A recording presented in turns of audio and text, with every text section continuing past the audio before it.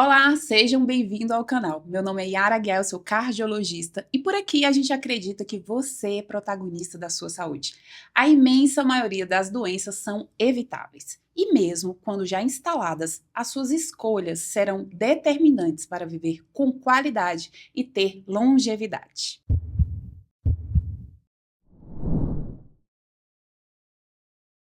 É a complicação médica mais comum durante a gravidez. Atinge entre 5 a 10% das gestações de todo o mundo. E nas últimas décadas houve um aumento de 25% de incidência durante as gestações. É a chamada doença hipertensiva da gravidez, onde aí está incluído a bem conhecida pré-eclâmpsia. Se você conhece alguém que está em vias de ter um bebê, está planejando uma gestação, fica aqui durante esse vídeo que a gente vai aprender informações valiosas sobre ela. Mas hoje eu não vou falar aqui sozinha a respeito do assunto e eu convidei uma amiga que tem estado no meu ciclo de empreendedorismo, de amizade, de conhecimento, que é a doutora Júlia Alencar, que é graduada em medicina pela primeira turma da Universidade Católica de Brasília, fez residência médica em ginecologia e obstetrícia, né, pelo Hospital Materno Infantil de Brasília, é pós-graduada em medicina fetal pela Cetros, em São Paulo, e é professora da Faculdade de Medicina da UniCeub. Seja bem-vinda, Júlia, muito obrigada. Obrigada, Yara. Estou muito feliz de estar aqui e da gente poder conversar sobre um tema tão importante. Obrigada pela oportunidade. E, gente, por favor, já curtam, já compartilhem, já se inscrevam no canal. Tem um sininho aí em algum lugar, vocês cliquem nesse sininho e ajudem aqui a doutora Yara a aumentar o número de seguidores, a ter mais curtidas, a ter mais interação aqui durante o YouTube, porque eu tenho certeza que a Júlia vai contribuir muito aí com informações que serão preciosas e valiosas para vocês. Júlia, a gente sabe que no Brasil a chamada doença hipertensiva da gestação, ela afeta 7 a 10%, né, das gestações, e representam entre 20 a 25% das mortes maternas no Brasil. E eu, assim, quando você vê representa quase 25%, é um problema de saúde pública. Gravíssimo. Gravíssimo, né? E a gente, acho que eu vejo pouco falado, pouco se fala disso, né? E a gente está aqui para levar essa informação. Sim. Então, vamos primeiro conceituar o que caracteriza a doença hipertensiva da gravidez, que mudou um pouquinho nessa classificação, antes, né, mudou isso um pouco nos últimos tempos, que a pessoa conhece mais como pré-eclâmpsia, tá, mas já tá bom se ela conhece a pré-eclâmpsia, mas vamos explicar um pouquinho. Mas, na verdade, é toda alteração de pressão que acontece no ciclo gravídico puerperal, né? Uhum. Muita gente acha que esse aumento de pressão, essas doenças hipertensivas, como a pré-eclâmpsia, eclâmpsia, síndrome HELP, a própria hipertensão crônica, né? Elas só podem afetar o período da gravidez, mas muitas vezes elas surgem no pós-parto. Uhum. Então, é importante a gente se atentar para isso. Exato. Classicamente, né, até 45 dias 45 dias pós-parto, pós-parto. você ainda pode caracterizar como uma doença hipertensiva da gravidez, né? Mas como que se classifica, né, essa doença, basicamente? Você citou aí no início, né? Você pode ter essas divisões, né, em vários tipos, mas hipertensão crônica, se acontece antes das 20 semanas, a gente já provavelmente essa é uma hipertensão não relacionada, né, à gestação. Explica um pouquinho isso. Isso. Primeiro a gente precisa entender como é que a pressão ela se comporta durante a gravidez. Uhum. E, nossa, eu tô falando aqui com a cardiologista, especialista, né? Mas vamos lá. Só para as pessoas de casa entenderem, né? Então a gente tem na primeira metade da gravidez, até 20 semanas, a gente tem níveis pressóricos muito baixos. Então, por isso que elas falam, ai, doutora, eu tô meio com tontura, me senti mal, vi tudo escuro, né? Na maioria das vezes é por quadros de hipotensão, porque realmente a tendência da pressão até 20 semanas é ficar baixa. Uhum. De 20 semanas em diante, existe um aumento fisiológico da pressão, né? Uhum. Mas a gente sabe que existem limites para esse aumento de pressão, né? Então, se uma mulher já chega na gravidez com níveis pressóricos altos no início da gravidez, então é um sinal de alerta importante, porque provavelmente essa mulher tinha hipertensão crônica e não tinha sido descoberto até então. né? Perfeito. Porque a mulher, durante a gestação, ela vai preparar esse corpo, né, para esse feto. Então, você vai aumentar o volume de sangue circulante, você vai preparar esse vaso. Inicialmente, ele se dilata, né, ocorrem alterações para esse vaso se dilatar para conseguir aportar mais sangue circulante, né, para ele conseguir aumentar o débito do coração, ou que seja, a quantidade de sangue que é bombeado no coração, porque você imagina que essa mulher está se preparando para gerar uma vida, e aí ela vai adicionar mais algo, né, a um ser maravilhoso, né, dentro dela. Então, ela precisa com que essa potência do coração ela seja maior, que esse vaso se prepare para chegar sangue de uma forma mais fluida, né? E se antes das 20 semanas essa paciente ela já tem uma pressão alta, provavelmente ela já era hipertensa antes da gravidez, né? E ela não foi diagnosticada. Eu sei que essa fisiopatologia, né, da doença hipertensiva, ela tem várias nuances aí, mas sim, em miúdos, assim, uma coisa mais simplificada, o que seria a fisiopatologia? Por que acontece a doença hipertensiva durante a gestação, essa doença da gravidez? É muito por essa questão que você falou, né? A gente precisa aumentar aí o volume de sangue, precisa aumentar o débito cardíaco, né? Então a gente precisa fazer com que esse coração trabalhe mais, né? Então, em algumas situações, a mulher, eu costumo dizer que a placenta é fundamental para a gravidez, né? A placenta que alimenta o bebê ali com oxigênio, com nutrientes. Então, assim, na verdade, se essa mulher tem alguma alteração de pressão, provavelmente o sangue está indo de forma errada para essa placenta. Então, esse bebê ele vai ser nutrido de forma diferente, vai ter algumas alterações em relação às características da gravidez em função disso. A gente fala que assim, a gente tem a hipertensão essencial, que é essa hipertensão crônica que a gente está citando, né? Que também é multifatorial, tem fatores genéticos, hereditários, tem fatores em relação ao estilo de vida também, a raça também, outras coisas que predispõem. E especificamente falando sobre a doença hipertensiva da gravidez, existe algumas teorias de que a implantação dessa placenta ela é feita de uma forma diferente, errada, eu não gosto, inadequada talvez, e essa implantação de uma forma inadequada, ela faz com que a quantidade e o sangue circule ali sob maior pressão, né, e isso desenvolve. Por isso que a gente fala que é específico da gestação, porque quando você tem o bebê, né, até 45 dias após, você pode melhorar dessa hipertensão, mas pelo efeito da implantação da placenta mesmo, que é diferente. A gente costuma dizer que muitas vezes a gente tira com a mão, né? Exatamente. Tirou a placenta, acabou o problema. Acabou o problema. Porém, eu tenho que dizer, né, como cardiologista, e é um conhecimento até relativamente recente, porque eu estava conversando até com outro colega cardiologista que esteve aqui, que a gente falou com ele, quando a gente fala com a mulher, sim, a mulher tem, por exemplo, 50 anos, como que foi sua gestação? Teve alguma complicação?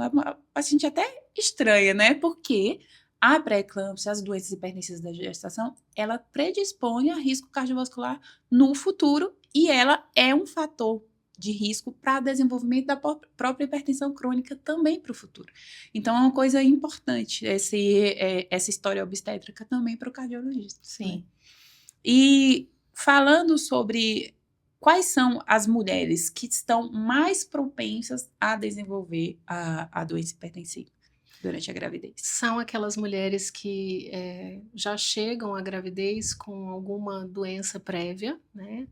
Os extremos de idade, então, meninas jovens até 18 anos e mulheres acima dos 40 anos, mulheres que passaram por tratamentos de reprodução assistida, que hoje em dia é cada vez mais frequente, né? A mulher cuidar dos estudos, se estabelecer no mercado de trabalho, depois ela vai pensar em casar, em ter filhos, e muitas vezes esse momento é um momento tardio que ela precisa usar esse recurso da reprodução assistida, né?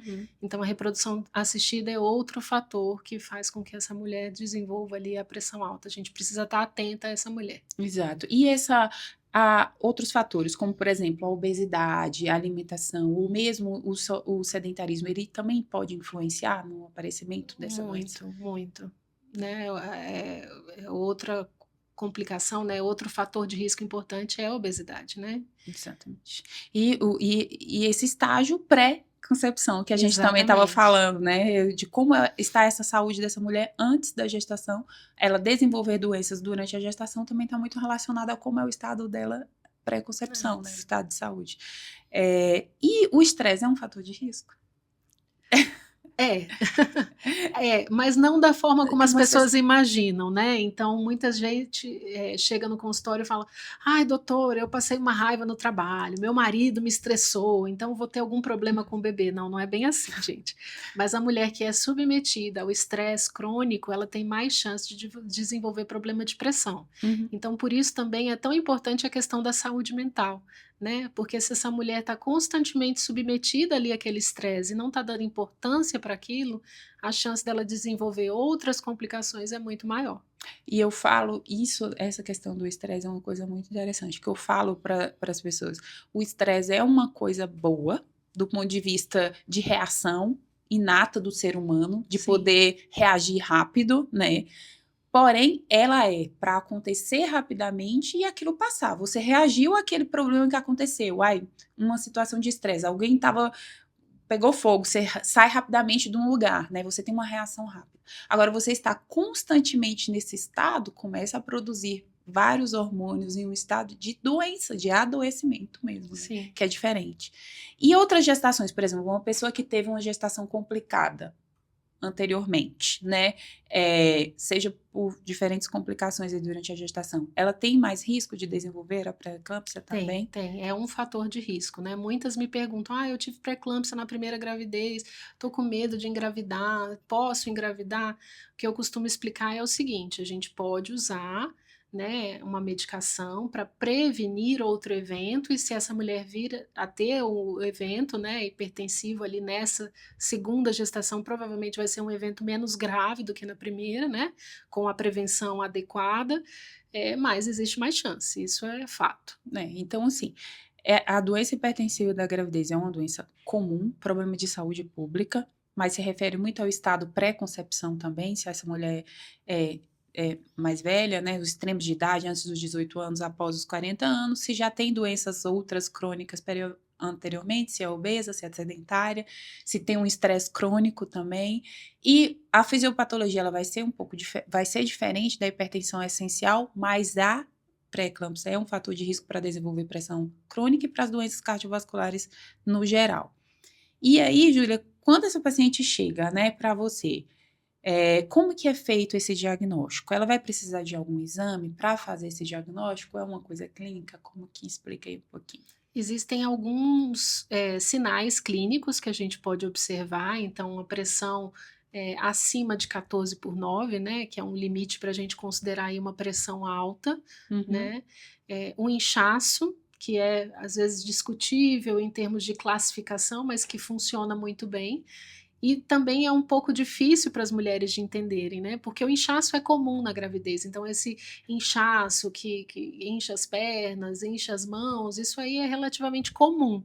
Mas aquele inchaço que a mulher dorme bem e acorda sem conseguir abrir o olho de tão inchada, isso é um forte sinal aí de que tem alguma coisa errada, provavelmente um quadro aí de pré-eclâmpsia, né? Exatamente, mas o fator principal ali, ideal, né, para o diagnóstico, vai ser a aferição da pressão. Por isso que isso faz parte de toda consulta obstétrica, né? Toda vez que vai a mulher, porque faz essa triagem, faz essa triagem, né? Porque, mais uma vez, ela pode não estar manifestando nenhum outro sinal. Exato. E está alterado, e isso vai ser um fator de risco, né? Muitas mulheres têm dúvida também. Aí me perguntam assim: eu estou muito inchada e estou tendo muita dor de cabeça. Isso pode ser algum problema de pressão? Se a gente mede a pressão e a pressão está normal, não. O primeiro fator realmente é a pressão acima de 14/9. Exatamente, é imprescindível que isso aconteça. E durante esses exames aí que a mulher faz durante a gestação, existem alguns exames que são importantes como preditores de risco, né, para o desenvolvimento dessa doença hipertensiva durante a gestação.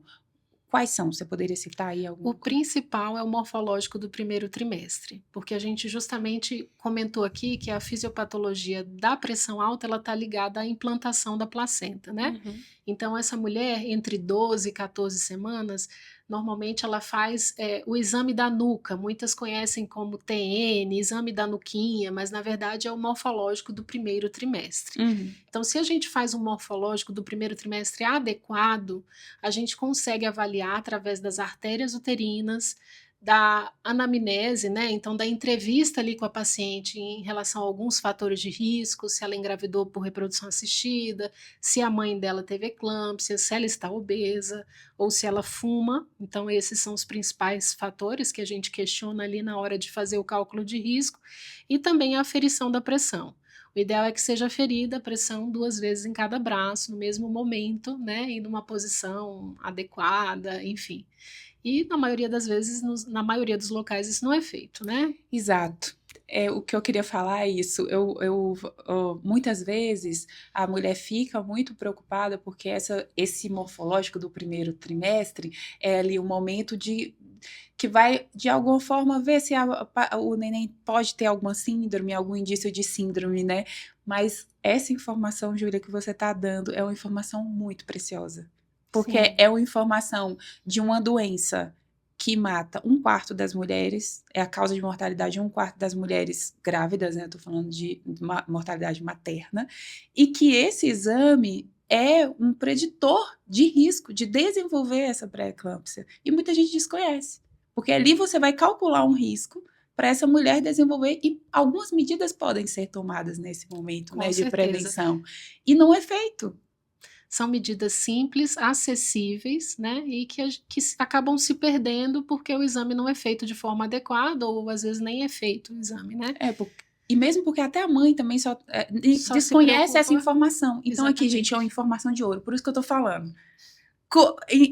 Assistam esse vídeo, compartilhem, porque são coisas que você tá grávida, você sabia que o ultrassom do primeiro trimestre é um exame fundamental para predizer se uma mulher tem o risco de desenvolver pré-eclâmpsia? Isso é uma informação preciosa, e isso deve ser feito. E eu acho que a paciente, quando passa a saber disso, ela passa a cobrar que esse ultrassom ele venha com essa informação, né? Sim. E eu sei que não é a realidade do nosso país, que é continental, que estão aí falando com vários locais do Brasil, mas eu tive esse privilégio, né, de ter um pré-natal adequado, fazendo ultrassons adequados, com pessoas adequadas, que calculou todos os meus riscos, mas muita gente não tem, e essa informação é muito preciosa, muito legal de compartilhar, que as pessoas tenham conhecimento. E é claro que é importante a gente saber do risco das cromossomopatias, né, para que essa mulher se prepare ao longo da gravidez, mas muito mais importante é realmente a gente tentar aí prevenir a pré-eclâmpsia. Com certeza. E como é feito como é feito esse tratamento, né? A medicação sempre vai ser necessária? Existe algum remédio que utiliza além dos antipertensivos, né? Que aí a gente acaba tendo um bate-bola, né, a respeito disso no geral, mas fala um pouquinho a respeito disso. Em relação à prevenção especificamente da pré-eclâmpsia, o indicado é o AS, né? Então, o que eu costumo explicar para elas? Que justamente porque ela tem mais chance de ter esse quadro, então o sangue vai ter mais dificuldade de circular ali na placenta dela, é o que a gente pensa em relação ao risco dela, né? Então ela tem mais chance de ter problema ali na circulação da placenta.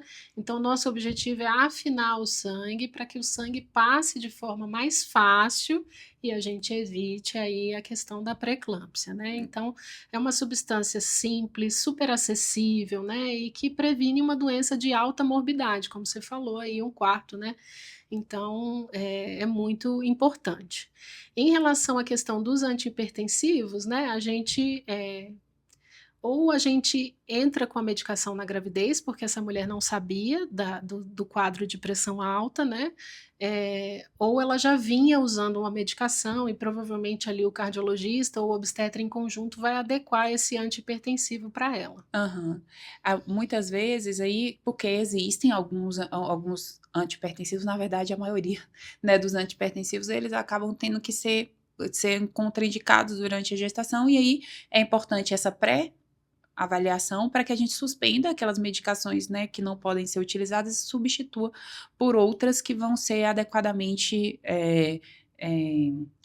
utilizadas nessa situação, né, da gestação.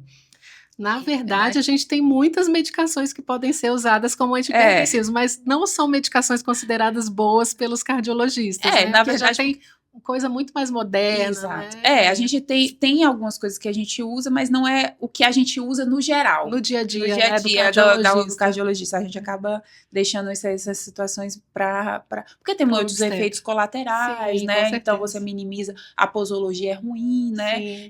De uso, mas a gente tem sim como tratar isso de uma forma adequada. E é importante que os pacientes se atentem, que aí a gente tem um limite até de controle da pressão, porque a gente também não vai querer essa pressão muito baixa, né? O controle ele vai ter uma meta que é um pouquinho diferente dos outros que não estão durante a gestação, né? Vai ser um pouquinho diferente. E outra coisa que é importante, Yara, a gente comentar aqui, é como você falou, né? Os antihipertensivos que a gente pode usar na gestação são considerados mais fracos, né? Mais antigos, enfim, tem uma outra linhagem aí de tratamento para a gravidez. Então, muitas vezes a gente precisa associar medicamentos.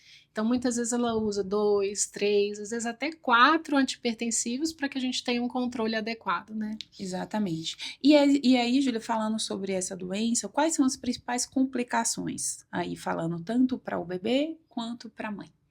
Prematuridade, nascimento prematuro, né?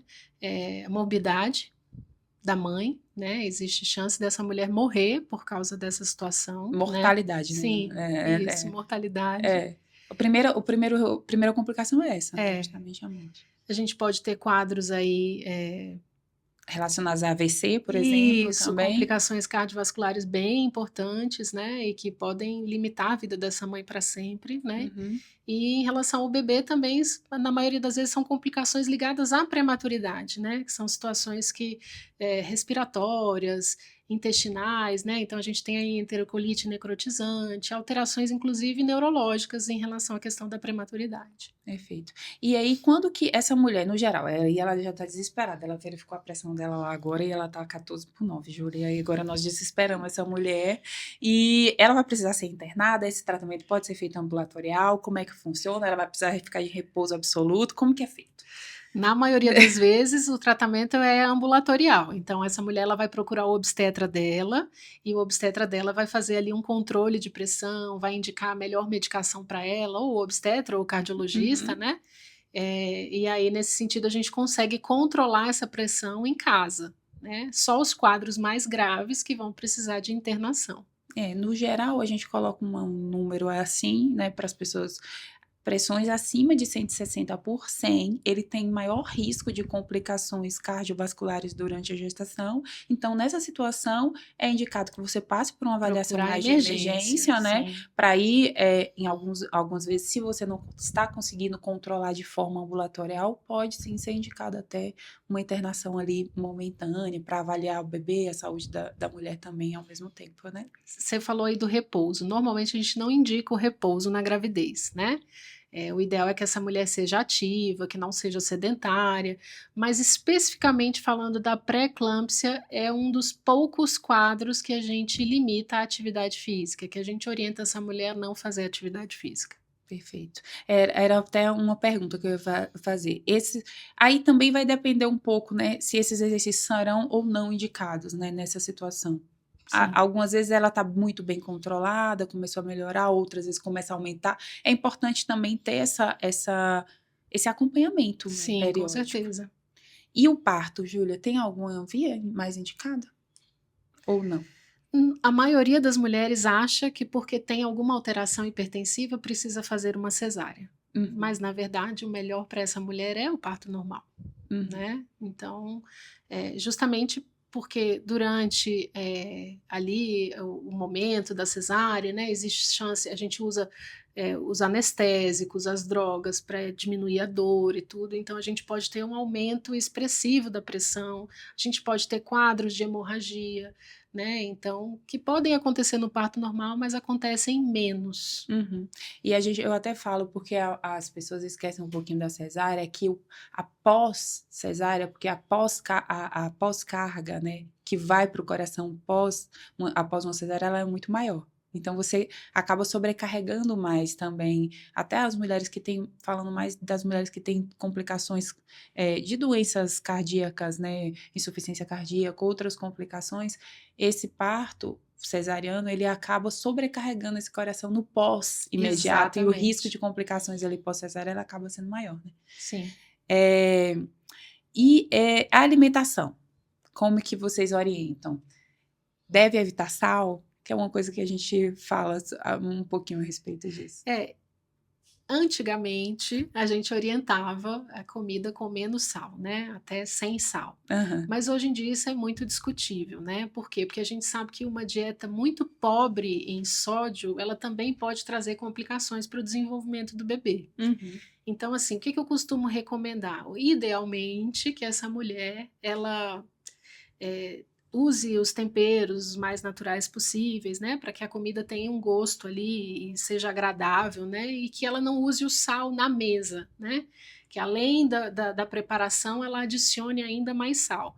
Mas o principal que as pessoas esquecem ainda é em relação aos ultraprocessados. Então, se essa mulher, ela compra comida no mercado, só industrializado, aqueles pacotinhos que coloca no micro-ondas, né? Então, assim, aquilo ali tem um teor de sódio muito alto, as bebidas açucaradas, né? Então, refrigerante, tem muito açúcar, tem muito sódio, então é importante atentar para isso. Então, se de um modo geral ela fizer uma alimentação mais saudável, não precisa se preocupar tanto com a questão do sal. Na verdade, a alimentação deveria ser normossódica, porque a pessoa, o brasileiro, muitas culturas, sal, né? tem uma dieta hipersódica, e não é indicado para ninguém em nenhuma época da vida, porque eu já falei aqui que o indicado de sal por dia, né, são 5 gramas de sal por dia, isso é equivalente àquelas 5 pacotinhos durante o dia inteiro, né, e a pessoa usa aquilo durante a batata, quando está comendo a batata. Batatinha. Então, não, mas falando especificamente da pré-eclâmpsia, a gente não indica uma dieta hipossódica nessa situação, mesmo porque é o que a gente falou no início. O mecanismo dela é por implantação placentária, né? Então é diferente o mecanismo. Mas muitas vezes essa mulher tem hipertensão crônica sobreposta. Então a dieta deve ser uma dieta que é normossódica, como deveria ser da população no geral. Sim. Mas aí, para a gente finalizar, Júlia, é possível a gente prevenir a doença hipertensiva da gravidez? Sim, se a gente adota aí um estilo de vida mais saudável, né? Então, alimentação, todos aqueles pilares que a gente comenta aqui. Alimentação saudável, controle do estresse, sono.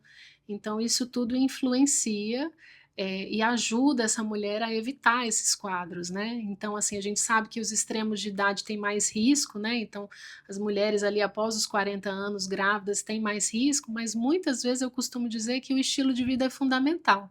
Se essa mulher ela tem um estilo de vida saudável, se alimenta bem, pratica atividade física, tem um controle ali do estresse, ela vai ir melhor do que uma jovem que come muito industrializado, que não pratica atividade física, né? Então, o estilo de vida importa. Com certeza. Júlia, então deixa aí também suas redes sociais para o pessoal te seguir, continuar pegando informação de qualidade com você também. Joia.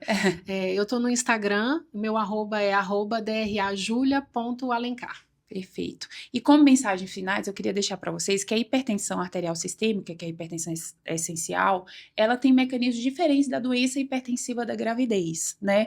Porém, elas podem ser sobrepostas em até 25% no Brasil. Portanto, cuide-se, tenha um estilo de vida saudável importante em qualquer época da vida. E aí, meu Instagram é doutora Yara Aguiar. Por favor, me curtam lá também, meus vídeos por lá. E esse foi mais um Por Você de Coração.